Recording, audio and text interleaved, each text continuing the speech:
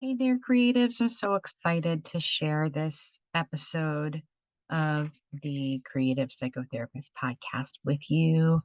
I had the great fortune of speaking with Laura Reagan. She is a licensed social worker in the Baltimore area. And if you're a podcast listener, you might be familiar with her shows, Therapy Chat and Trauma Chat.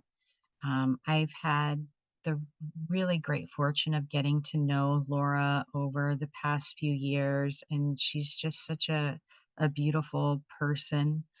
And and I just loved our conversation that we had, and I'm hoping that you will too. And I think both of us really open up and share some, I think, particularly vulnerable parts of ourself and what it means to stretch and grow as an entrepreneur, as a therapist entrepreneur, and how the conversation really talks about how our different parts that we carry with us through our conditioning and childhood, our family roles, um, and trauma wounds too, how that shows up in the way we work within our business.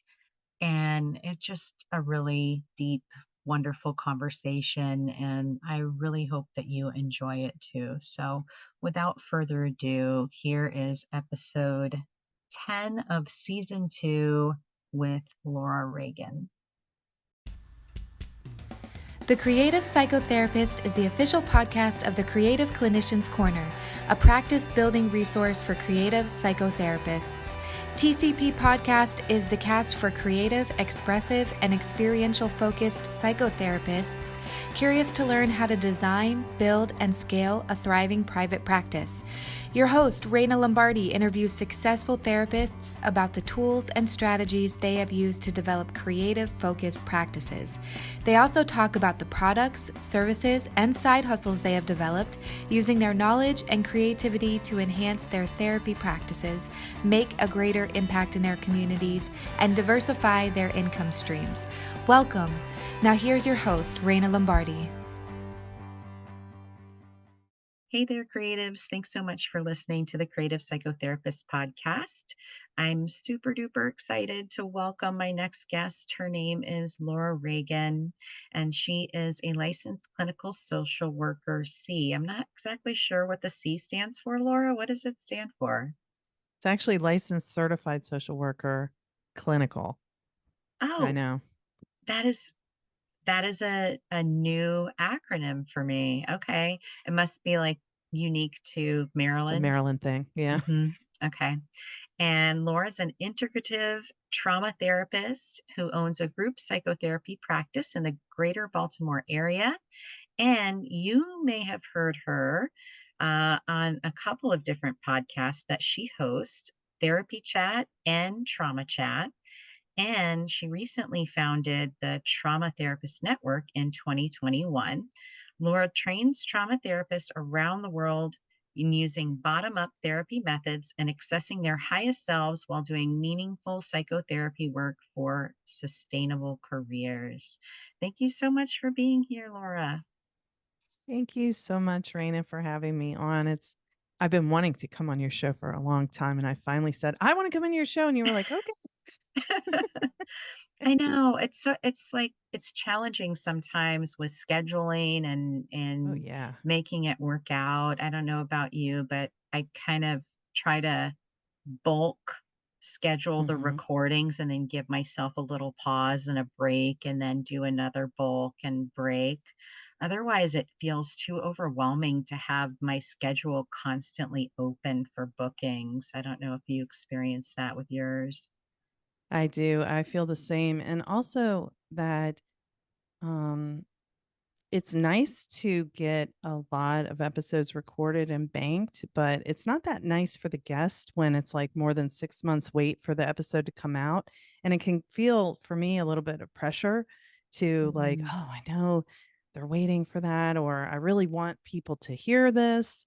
Um, So yeah, I like to do it the same way. I kind of block out a couple months, do a Mhm. lot of interviews in that time, and then I need to go back and add some more dates. And then I'm always like, "Oh, I really wanna talk to this person. I really wanna interview this person. I wanna be on this person's show," and then I don't always get right back to them, and they're like, "Hey, can I be on? I thought you said," and I'm like, "I know, I know.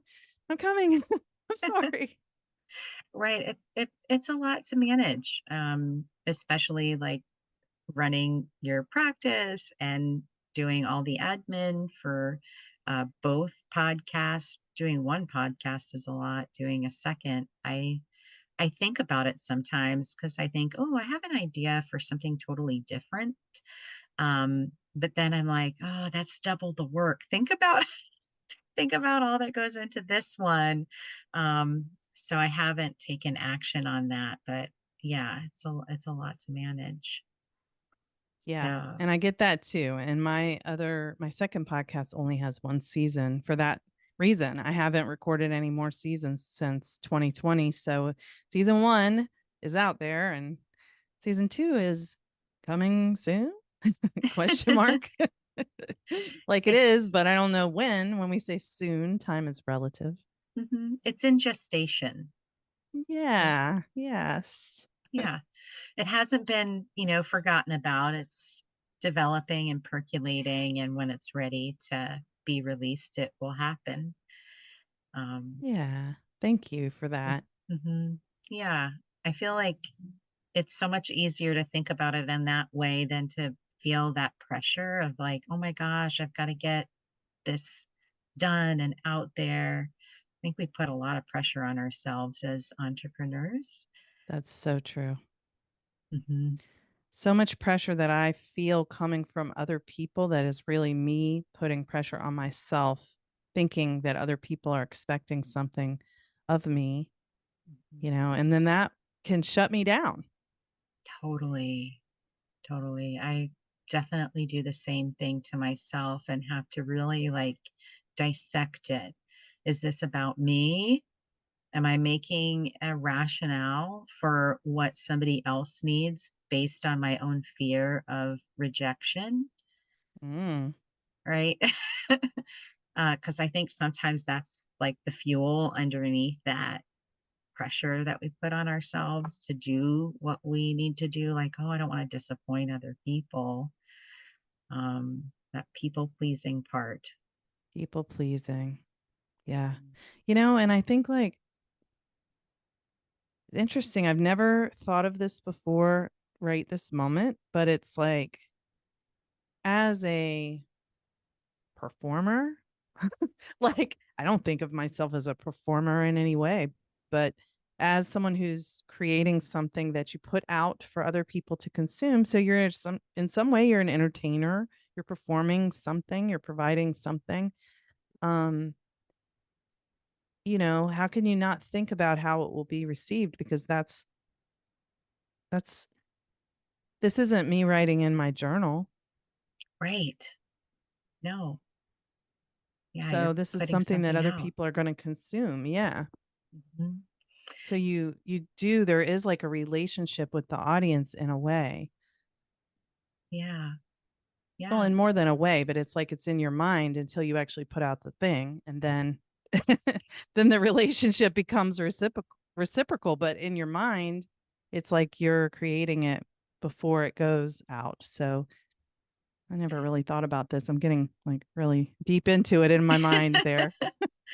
No, I think this is a really good kind of segue into what we're going to talk about today because um, I think when we do put ourselves out there in the world in a much bigger way, um, we there's other stuff underneath that probably needs to be tended to and cared for before we get to a place where we feel safe to do that, to take that risk, because it is a really big risk to put something out to all of the colleagues that we have around the world. Like when you're doing a training at a conference, well, you're going to be in front of a group of your peers, but that is like time sensitive. It's going to be from this hour to this hour and only in front of those people, and it will never be seen or heard of again. But when you're creating something like a podcast or video marketing for the work that you're doing, you're putting it out there and it lives indefinitely. We have no control over what happens to it really once we put it out on the internet.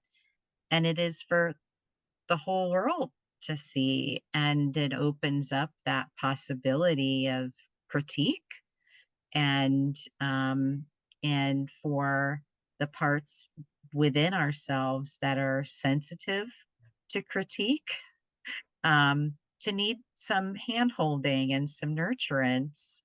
And so I'm wondering if you can share a little bit about how, like, patterns that we bring from our family of origin kind of limit us from taking these kind of big risks and putting ourselves out there in a sphere where we are opening ourselves up to feedback and critique from others.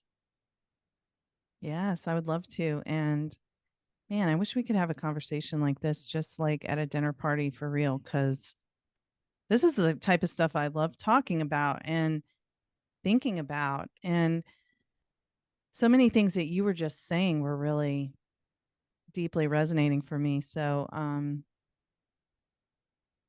a couple of the points you made, I just want to sort of go a little deeper into. Like, for Yeah. one thing, you mentioned like how fear of rejection can show up as we're thinking about putting ourselves out there or as we are putting ourselves out there. And so, well, when I think about, you know, our families of origin and when we think about fear of rejection, we all want and need to be seen, heard, and understood. And we want to be received with acceptance, with love unconditionally, and without disapproval. We want our caregivers' approval. We need that. So obviously, we're literally, our little system when we come out is constantly trying to orient towards, am I receiving approval or is this unwanted behavior and I need to change it so I can stay in connection. So, if you have an experience, and I actually have found this in myself when you said fear of rejection, like it's so poignant because I found through a lot of inner exploration, it's definitely not something I was bright at the forefront of my mind, consciously aware of from the beginning. But I realized maybe a year or two ago through one of the masterminds that you and I were in together Hmm. that I kind of was showing up, and maybe it got more pronounced during the pandemic, but I was showing up with an expectation that was unconscious of not being wanted. So basically, just wherever I was going, I mean, I'm sure there are moments where I wasn't feeling that way, but in a lot of situations where I was feeling some kind of vulnerability about what I was doing, and during the time of the intense period of the pandemic, it's like everything felt very vulnerable. Anything Right. seemed unsafe, you know? And it was very uncertain where was safety and how to stay safe. And it was continually changing. So it was a very sensitive, vulnerable time. Hmm. And I noticed that I would be surprised and relieved when anybody I was interacting with wasn't mean to me or didn't respond negatively to just anything I said or did. So it's like, wow, to think about, how you engage with the world Hmm. if you expect to be rejected or to be unliked or unwanted with every Yes, interaction, you know? absolutely. And I think so many of us experience that at some point in juncture with our within our lives. Particularly, I think I see that often with clients that I work with, right? There's that continual perception, even when somebody is providing affirmative communication, there's a disbelief about it and a Mhm. rejection of the bid for connection around that positive interaction. And I think that we do take that with us into our professional selves too, in our professional realms. Um, Yeah. Yeah, like, I think for a certain period of time, I was kind of like check when I would check my email, it was like I was afraid of what was going to be there, and I was just checking to make sure there was nothing bad.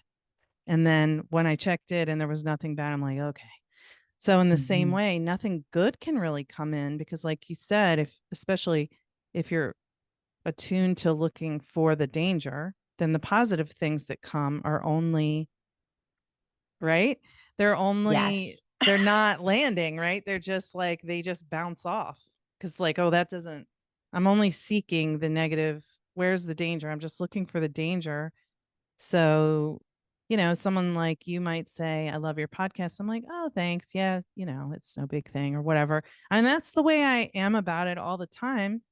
And then I'm missing out on receiving all of that goodness from that person who also tried to engage with me and I can't take it in. Yes. So then they can't feel me and I can't feel them. Mhm. Yeah, and your podcast is amazing, and, uh Well, I wasn't fishing for compliments. See, I still had to do it. No, and I don't think that you were fishing for compliments. I am generally appreciative for your show and have been, listening on and off over the years. I I it's hard for me to be consistent with any one podcast. I'll like search through like, "Ooh, that sounds good," and Oh, I'll, yeah. move around.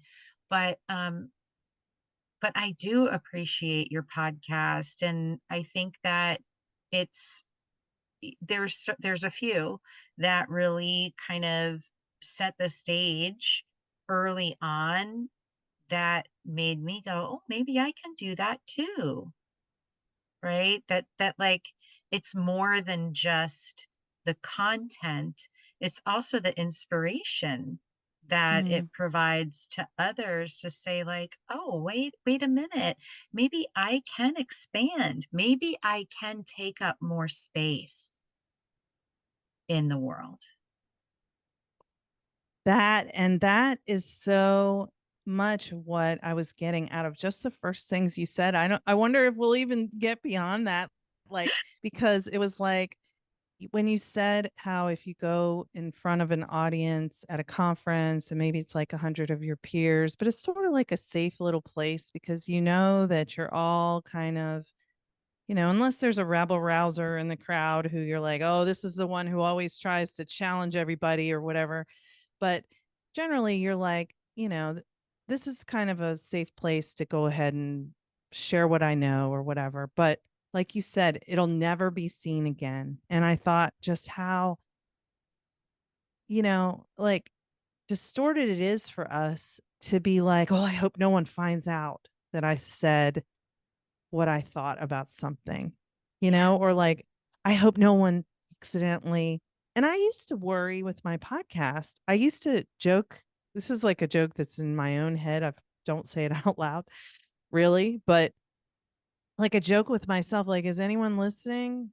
Mom, Mhm. haha. I know you're not listening. And like, like sort of relieved, like, I don't have to worry that anybody who I would care what they think is going to think this is stupid or I'm stupid or I should just be quiet. I that no one wants to hear from you. So it's a major shame thing, you know? Mhm.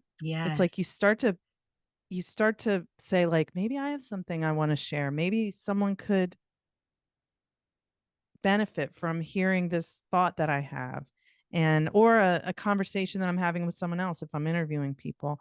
And And then this other part's like, who would want to hear from you? So the family of origin stuff, even if your family never said those words to you, like messages that we get about how much space we're allowed to take up.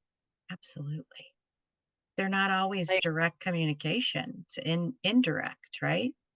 yeah, it's really more of a felt sense of like, oh, people don't like it when I do this. People don't like it when I do that. Or, and I've actually was talking to a coaching client today about this feeling of being either not enough or too much, how it's such a limiting thing, but it's so deep. It's like a truly primal wound, Mhm, mhm. because it's Sure. like that 2 to 3 age range is when, that kind of shame driven, you know, um, way of regulating yourself, of adapting to your environment in a way that you try to have as much autonomy as you can without being, shut down too much by the people who have all the power when you really have very, very little. Right. Yeah, I just in hearing you describe it, I, like, have, like, a visceral memory of, like, shrinking up into, like, the smallest little ball, of, like, being a little kid and doing that and, like, hiding away. And even, like, I have a memory of I was in grad school or just, like, maybe it was my first year out of grad school, and I was still living in Boston area, and I came home for, my grandmother's funeral, and I can remember, like, after the service, just feeling so overwhelmed and, like, feeling that need to, like, shrink back up and go into, like, this really small place just because of the amount of overwhelm that the grief Mhm. was in response to that feeling, and it's like, even though here I was, I at that point, I had been in a lot of therapy. I'd been doing a lot of personal work, studying about this stuff, and yet still it's so deep, that response. Yeah, it is. And I think, before we started recording, we were talking about like the nature of healing. And I think that like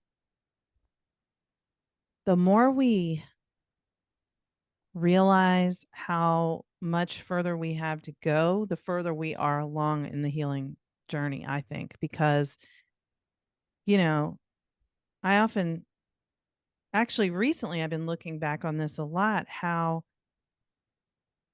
when I started into therapy, when I started receiving therapy for the first time, beyond sort of like wandering in and not having any idea what I was doing or why I was going or even what was happening and really barely remembering what was happening when I was there. And then, I'd just go back the next time and do the same thing. And I don't know.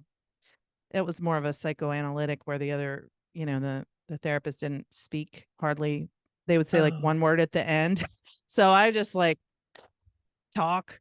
And then, I was like, I can't even tell you what they looked like. They sat behind the sofa. It really was like an old fashioned. This is in the oh, wow, early very 90s. Freudian. Yes.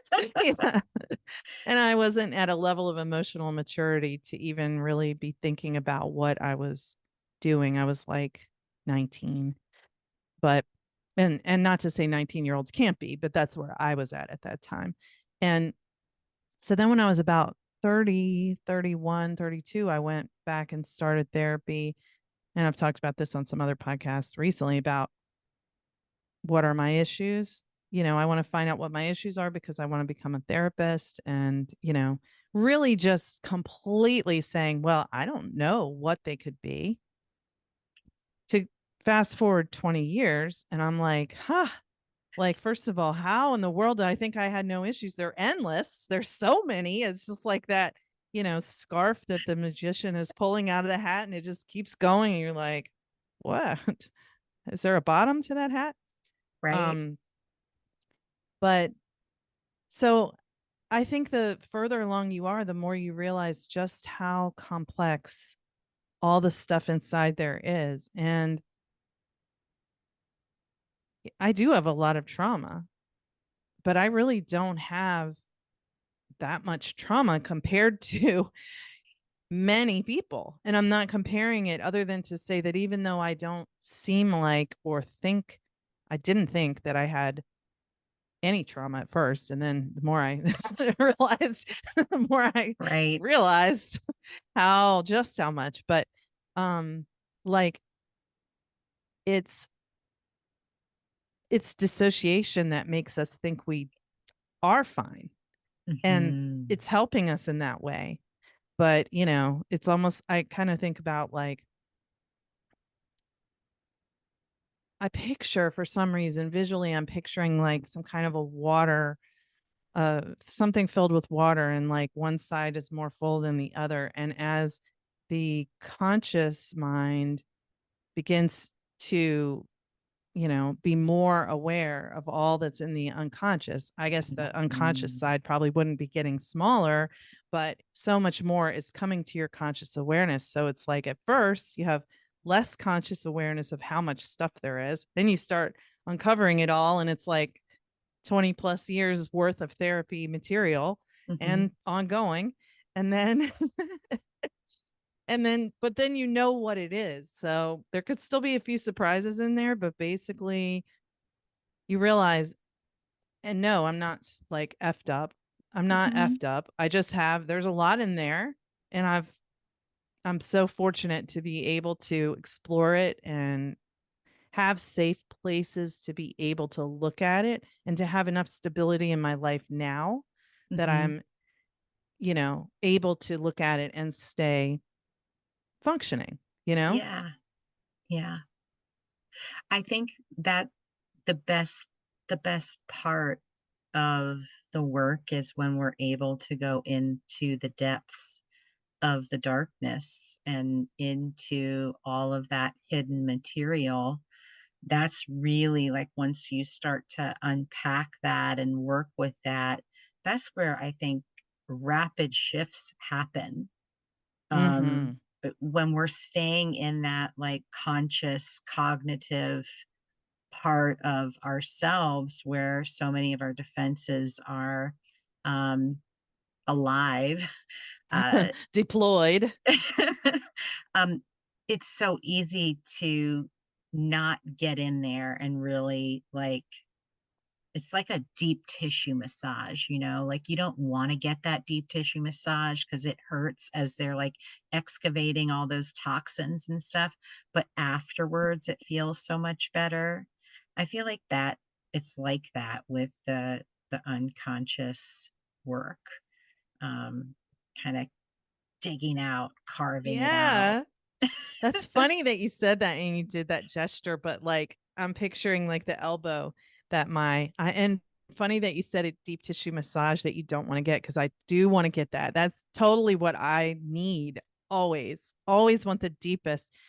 And there's a point where it's too hard too. There's a point where it hurts too much and it's actually, not even good, right? Which is a Hmm. really good metaphor for how therapy can be when you try to go too deep too fast, when Hmm. you don't have like you haven't built up the um I Resourcing. guess and yeah, the resourcing, or I was going to try to use some kind of a muscle metaphor, but I can't think of one because it's not muscle memory. It's more like developing the ability to tolerate going deeper, and that is that it shouldn't have to be like painful in a way, you know, that's harming you. Just, Right. as we talked about before, I was saying, like, I think people are always so afraid of what's hidden. And I understand actually being afraid of what's hidden because I've definitely have felt that way. Like I'm afraid there will be something there that if I find out what it is, it will just swallow me and I won't be okay ever Mhm. again. So that's like, and I think that's like the metaphor of going into the cave. There's throughout time, right? These metaphors have been there for a reason because it's Yeah. something about the way our brain works. But I think our fear of what we might find when we go in is um can really prevent us from even walking near it, or being curious about if there's a cave over there, you know what I'm saying? And like, if you work gradually, Mhm. if you go at a pace that your nervous system can tolerate, then it's it's I don't know about you, but in my therapy as a client and in my therapy as a therapist, there's a lot of laughing and there's a lot of surprises and there's a lot of like, oh, of course. Oh my gosh. Like, I can't believe that I didn't realize that. Or those two Mhm. things are connected. Wow. That's a powerful awareness. Now that I know that, I'll never see it the same way. And I mean, Yeah. that feels good because you're like, it's that like sense of mastery. You're feeling like, Mhm. oh, I can understand myself now. I'm not this weird, like confused, lost mess. I'm actually, everything I feel makes sense based on my experiences. And I can, I guess, have some power over how I deal with it. Yeah, yeah, I think it's that empowered piece. We feel so much more Yeah. empowered in the Yeah. knowledge because once we have the knowledge, then we can do something about it or we can catch it before it goes to the place that it becomes really painful or reactive to stimuli that really isn't dangerous, for example. um, right? In our communications, that often happens. So, yeah, it feels very empowering to be in those places where you're having the aha moments snap. And of course, like if you're laughing, it makes it so much easier um, I know. It's a big to coping tolerate. strategy for me. Hmm. Yeah. So how do you think all of this stuff plays into like us as therapists growing our businesses and operating our businesses? Well, I think that in the same way that we reenact our childhood family of origin patterns in our personal lives, we do the same thing in our professional lives, which is why, if somebody comes to therapy with work stress, it's like you could really look at what's going on in the dynamics in their job most of the time and figure out like who's dad, who's mom, who's big sister. It's like the family dynamics, we all unconsciously recreate them in every relationship that we have, right? So with work, it can be like avoiding things that you aren't good at, or when you're not convinced that you'll be able to do it perfectly, you don't even start. And I think that's one of the things that really applies to things about putting yourself out there, Hmm. perfectionism, because I have to get it just right before I can actually start. I mean, we've talked about this before in our masterminds. And, as podcasters, how Hmm. many people do you know who say they are going to start a podcast and you talk to them and you see them doing like 3 years of research, and they've joined every Facebook group and put a poll in there and asked people for a discovery call, and they're really close to fine tuning their idea, and it's like, I'm not making fun of that because I can understand that it's actually terrifying to start, Yeah. because if you start, then it's actually real, Hmm. and if you just think about starting, it's a lot like the way in our minds we can just sort of like imagine a conversation and then we think we had it, you Hmm. know, and we can think about everything that the person's going to say and what we'll say back. And then when we have the actual conversation, if we're not actually in the conversation with the person, we're shocked by everything they say because we only, it's like we already have a script for the conversation and we're not expecting them to veer from it. So, you know, we can be unconsciously just doing things the way we always do things and Mhm. thinking that we're not doing that. So the more we become aware of our ways of avoiding discomfort, our ways of avoiding letting go of control, change, all those things, right? Yes, letting go of control. That's such a big one, right? Like being able to delegate. You worked so hard to build what you build, and now you need to delegate because you don't have enough time. That can be like, oh, what's going on here?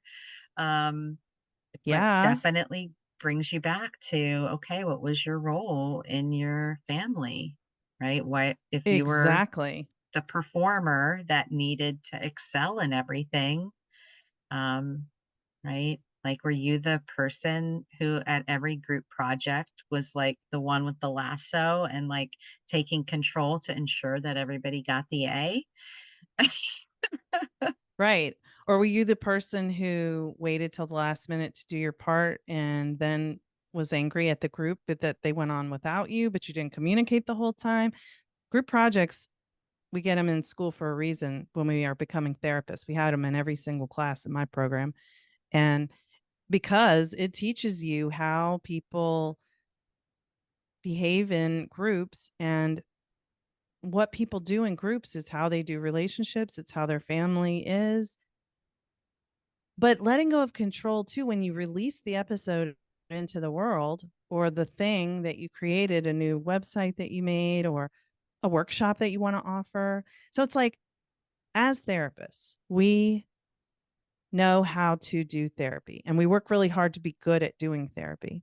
Mhm. And then we know how to sit with people like hour in and hour out, or we learn how to do that. And that's what we know how to do for our profession. Yeah. And then anything that isn't that is like really hard because, for one, you have to have space to think creatively, right? You have to actually Yes. have like a fertile ground. I'm like making like a sweeping motion, like you clear everything out and have time, space, energy. And then what happens? All your emotions come flooding in when you give yourself that, because normally filling your time with all this busyness. Right. So, and then that's like, oh, what am I doing? Am I making a big mistake? Who am I to think I could do this? The shame stuff. Oh Mhm. my, all the things that the shame little gremlins say. Mhm. Yeah, that's so true. Like the piece of like pruning back what you're doing in order to create space for your creativity. I feel like I'm just a creative person, and so I always have a bazillion ideas. And I don't execute most of them because, well, they were fun ideas, but they don't make a whole lot of sense to take action on. But in order to really figure out, well, what is the idea that is most important to invest in, I need to have like chill time, slow down time, whether that's like meditation time, whether that's going out on a walk, whether that's like journaling and art making myself. But I need to have that slow down time that it's not like busy, busy, busy, doing, doing, doing. I mean, some of those things taken to some doing, but they're more of a chill, like just time for reflection. But early on, I didn't have that in my practice. I was like seeing way too many people early on and not realizing what I was doing to myself. But certainly taking on bigger projects like developing a consultation business, spreading out into a group practice versus a solo practice, the podcast, every iteration requires more creative time from me, which means I have to pare down more and more and more. And now I'm like thinking to myself, okay, like I'm getting to the point where I really want to cut out seeing all individual clients from my caseload. And that feels really scary.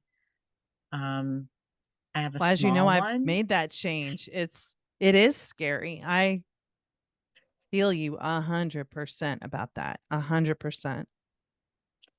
Yeah, there's like all the fear of like, will I be able to financially do that? Mhm. If I do that, where's the immediate funds going to come from versus the investment of what I'm creating in order to replace or increase that earning potential from the new projects? But in the meantime, oh, I know. There's a major piece of trust there. You have to be able to trust the process, mhm, trust yourself, trust that it's going to work out, mhm, but trusts don't pay the bills, right? So, I mean, there are real concrete realities about finances, and those pressures can definitely interfere a lot. I mean, for me, it was a big I stopped seeing clients July 1st, and then um it was planned from last spring to July 1st. I planned it starting in March. So I had plenty of time to adjust to it, but in between, one staff member left, for their own reasons. It wasn't related to that. And then shortly after I stopped working, one full-time staff member left, and that really made a major difference in my revenue, and I wasn't able to replace them right away. So, no, I have felt and am in now the space of feeling a real squeeze because of that change, but it's the only way I can it's the only way I could shift what I was doing the way I mhm, have shifted it. And for me, and this may or may not be true for you, but the point where I realized that it's very complex. It's the loss, it's the emotional loss of the client relationships that are oh, real relationships, that you have to grieve. It's making the change in you think about yourself, your identity, your self-concept. That's really important, as, seeing yourself as a therapist and what it means to you. And for me, I went back to school and became a therapist, so it was something that I really wanted, and I worked mhm, so hard and sacrificed so long. I mean, years, like 10 years to make it happen. So, um to say I'm not working with clients directly was like, am I still a therapist? But I do consultation, I do supervision, I do training, and I do coaching, which isn't therapy. But yes, I am still a therapist, even if I don't have an individual caseload. And I don't know if I said supervision, but I do that too. And so I still get to have use those muscles, but in a different way. But then there can be this like vacuum of like frantic, like, oh, well, how am I going to get money? And that really happened to me, and it actually messed me up a lot for about 3 months. I was mm, deeply focused on a project and to the exclusion of everything else, because I was like, this is the thing I'm gonna be doing, and that will make the income that I need to get me through from this point to this point until I'm ready for XYZ, whatever. And then that focus made me ignore some other things that I should have been paying attention to, and that caused some new problems. So, you know, and those things happen, and I'm still here and I'm sitting with you, and I'm mhm. okay, and I didn't want those things to happen. If I had Of course control not. over everything, it wouldn't have gone the way it did, but I don't have control over everything because no one does. And, that's a reality of life. So, but I can survive even when things don't work out the way I want them to. And that is a very important experience to have, not just Yeah. like, well, I went through that trauma in the past and I got through it and I'm still alive. Thank goodness. That's one way to look at it. But I'm talking about being there and in it and not getting away from it in the ways that you do when you're really going through traumas when you're younger. I mean, if it's a trauma when you're older, you have to get through it however you get through it. But I'm just saying I felt it all. Hmm. I felt it all and it was hard as it could be. But wow, the lessons in that experience for me are irreplaceable. Irreplaceable. And Yeah, the growth that's come has been unbelievable in a very short time. I think that's the key for us to kind of hold on to is that every time we expand and we grow a little bit more and we take another risk with the idea that, oh, I'm going to do this and this great stuff is going to happen, we're not recognizing that, okay, there's going to be growing pains here and there's going to be some like problem murky area that we're going to have to traverse through before we get to that other part, which is going to be the big reward at the end of the day. But to like be able to sit with and tolerate that discomfort over the growing pains is Hard, hard. Yeah, hard. yeah, very And we hard. don't, and that could make us not start. Mhm, What if I can't know that it's all going to be okay and I can't know that it's all going to work out. I can't know how it's all going to work out. I want to plan and tell myself I'll make sure I put everything in place so it goes exactly the way I want it to. But that is not possible because there's too many variables that you can't even know are there. So, you know, I I remember like as a younger person having so many times thought, but how is it going to work out? How can I know that it's all going to be okay? And it's like you can't. That's where the trust is. You really just have to trust that even mm, if it doesn't work out the way you want it to or it doesn't work out at all, that you can get through it and still be okay. And right. something else beautiful could happen because the thing that you wanted didn't work out the way you expected. Mhm, You don't know what other beautiful thing will develop from it. And it's impossible to control that. It's just impossible. So you got to let go of that. yeah. No, I I'm telling agree. myself that. Give myself a little pat. It's a work in progress over here too. I try my best to do that, and learn to cope and tolerate with the anxiety that does bubble up of which is related to all of those things of my Mm-hmm. roles and who I who I've been and the conditioning, and just say no, whatever happens is really going to happen for my greater good, no matter what it may appear like in the moment, even though it may be really ugly and awful in the moment. My It's serving my greatest good in some capacity, even if I can't recognize it. And somehow that like helps me to push through those like really difficult spaces. Um, yeah, like COVID. Of like, okay, like Ah, all the there's going to clients be a learning disappeared. from this. Yeah. I'm believing it. Oh, So how did this shift, right, for you? You've taken that break and you've moved into developing the trauma therapist network. Um, Tell me a little bit about that before we kind of have to wrap up our conversation today. I know we could talk forever. I know, and I have been talking forever. So thank you for letting me letting me go into these deep thoughts because I do feel like sometimes you have to say it out loud, even for yourself, to know it. You know what I mean? So Hmm. it's in a way I'm sort of processing those experiences as we're talking, and I value that. But yeah, so what I did was I stopped seeing clients directly because I had both of my parents um, were in poor health and they still are. So they're still with us and in poor health. And I realized that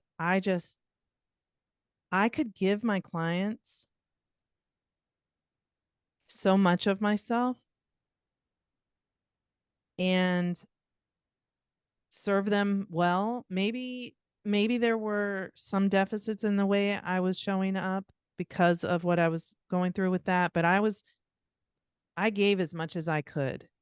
As much as I had, it's just that I didn't give it to myself. I took from my own space for me to make sure that I didn't abandon them, and I was abandoning me. So, that was a tipping point that I reached. I was like, I if I don't let me have space here, then I am abandoning me. I have to let client work go. And I have to just know that the other things that I've been doing for all this time, this podcast that I've been doing for 7 years, these this other side project I started, which was the Trauma Therapist Network. I started in 2021. Um, these will be the things that will be able to sustain me. And I have my group practice. And that, I have, maybe it wasn't fully intentionally thought out, but I have put things in place that have created other ways for me to make money besides just one-on-one work with clients. So now that I can let that support me, I created this stuff for myself and for others, and let me use those things and not require myself to give 15 hours a week of direct client work that takes so much from me emotionally. Mhm. It gives to me emotionally too. I mean, it does. It's fulfilling for us too, but the extra time for myself to allow myself to feel what I felt about my parents' health issues and all of the childhood trauma reactions that came up when they reached this point in their lives. Um, I had to give myself that space too. So, Mhm. Yes. and now it's been like 7 months, almost 8 months since I stopped seeing clients. It was just unbelievable, actually. And um, I'm like, wow, I get to actually just work in these other businesses. And wow, no wonder it felt so hard to run my group practice when I had a caseload. Gosh, because there wasn't time for any of these other things and the other tasks.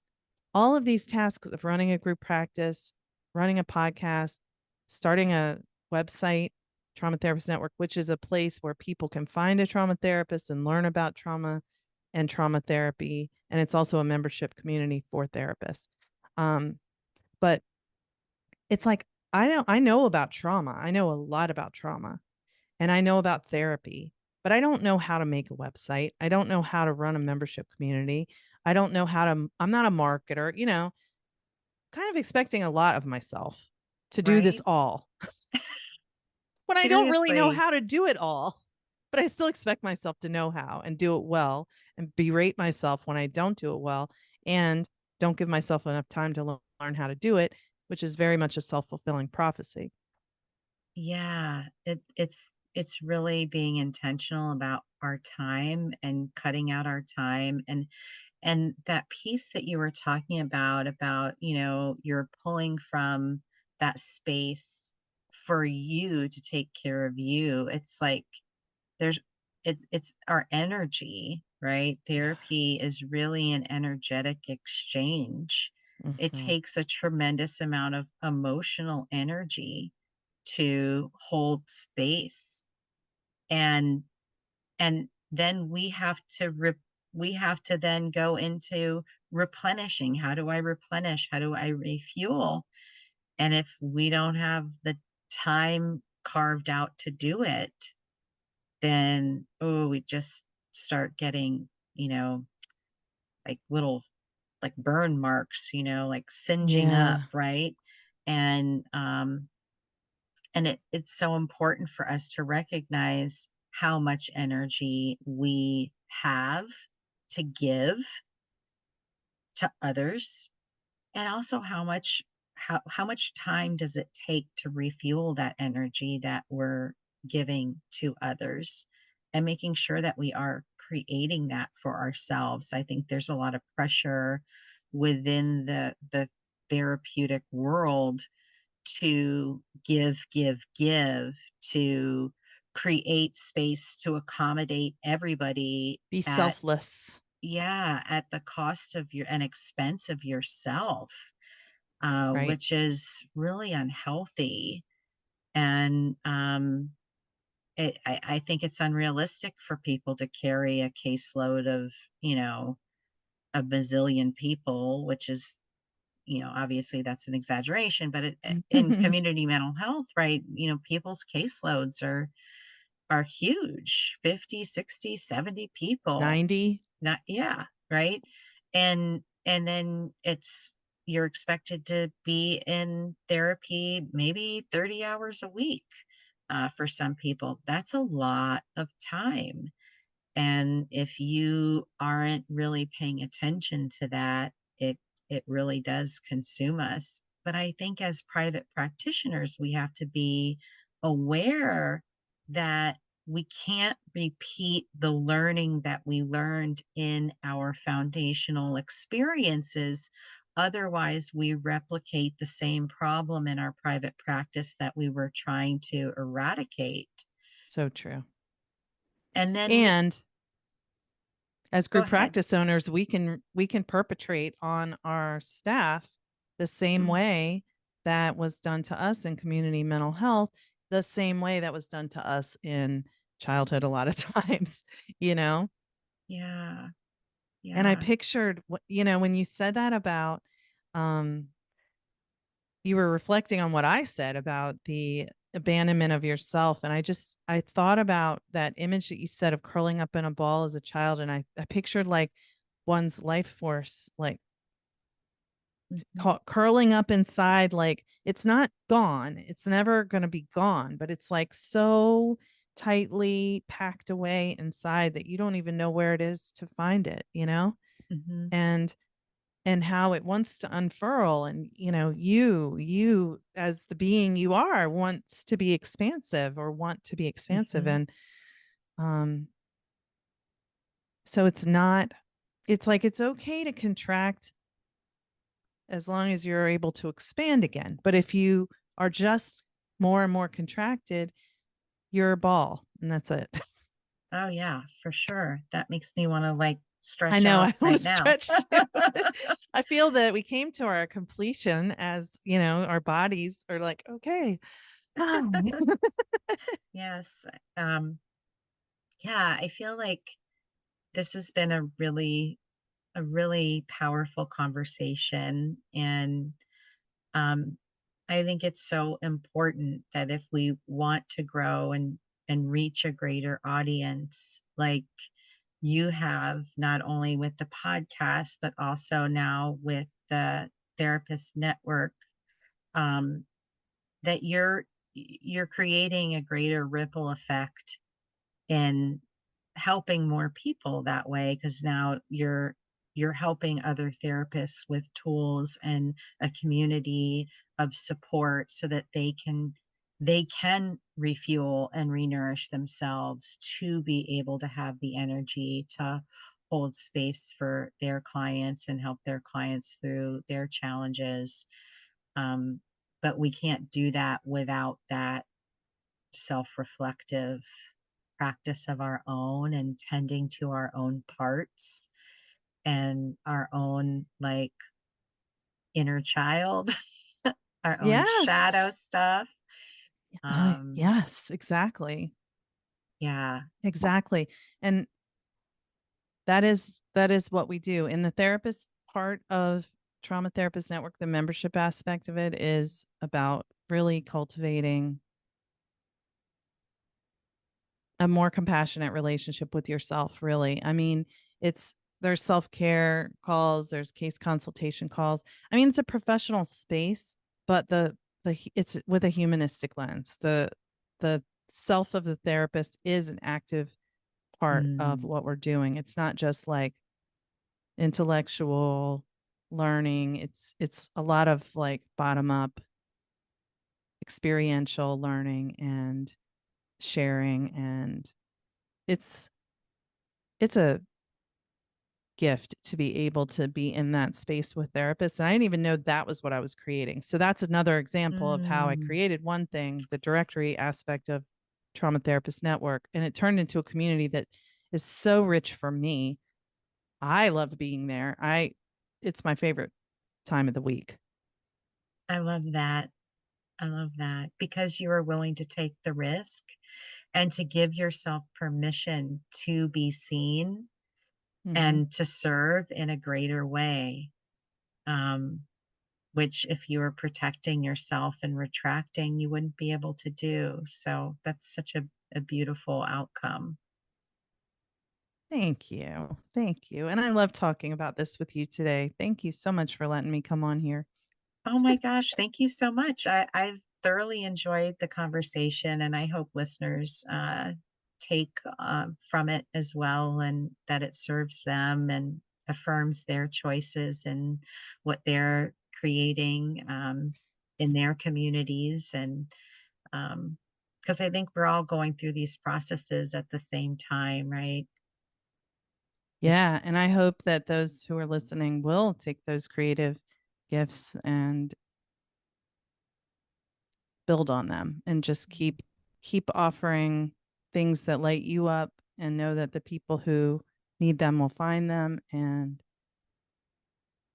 the creative process is really a beautiful kind of sacred thing. I don't know I, what else to say. I agree. I totally agree with that 100%. It is sacred, it's spiritual in a lot of ways, Hmm. and it's part of what we do and our practices is where it is very, very creative. But in creativity, there's always risk. We have to trust, like you were pointing out, we have to trust our intuition. Um, we have to take a risk that we've decided is worth it without getting all, filtering out all this information that we get from everybody else. We can do our market research and stuff, but sometimes we just have to believe in ourself and what we want to accomplish and do and do it.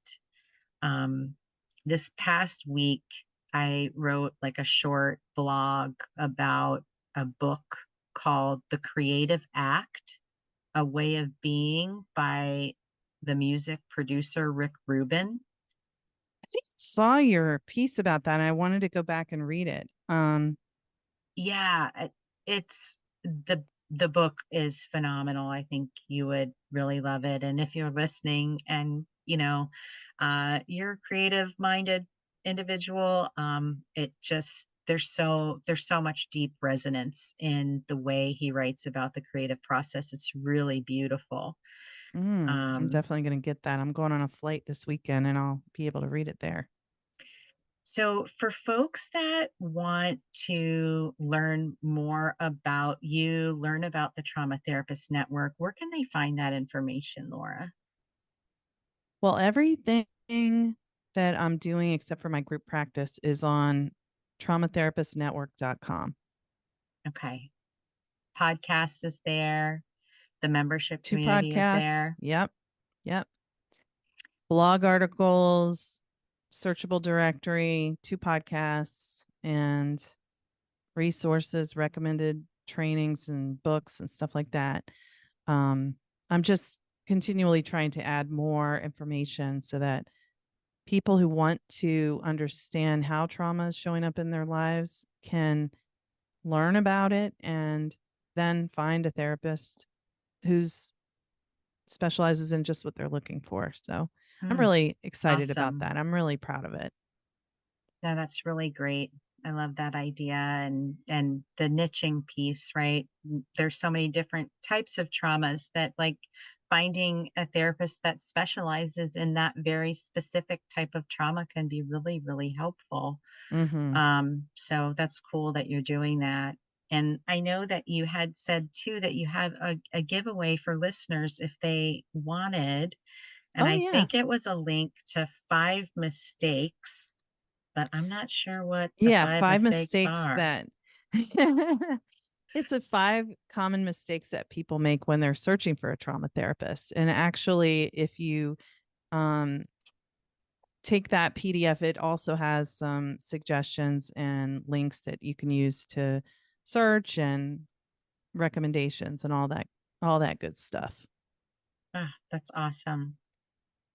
I'll be sure to share all that in the show notes. And Thank you. I just really appreciate your time today. Thank you so much. Thank you so much. I really love this conversation, Raina. Me too. Thanks so much for listening to this episode. I really hoped you enjoyed this conversation with Laura and I. I just find her to be so easy to talk with and so insightful, and um, I'm very empathic in how she frames things and thinks about things. And I hope you had some key takeaways too, that if you are putting yourself out there and growing as a therapist and growing beyond the work that you do in the room, that it's okay if fear is there. It's okay if it's uncomfortable, and you're not alone in that. That's something that is present for all of us that are growing and stretching. And and I know at the end of our conversation, after the recording had stopped, we both had expressed to one another how we really hope that listeners will take some of those points along with them in their entrepreneurial journey to reach whatever goals and dreams that they have. So, thanks so much for listening, you all. And if you like what you're hearing, please do subscribe wherever you listen. Give us some ratings and feedback. We'd love to hear from you, and share with your community of colleagues too. Thanks so much. Thanks for listening to this episode of The Creative Psychotherapist. If you like what you heard, please rate, review, and subscribe wherever you listen to your favorite podcasts. For show notes, downloads, and additional resources, head over to the website at www.creativeclinicianscorner.com.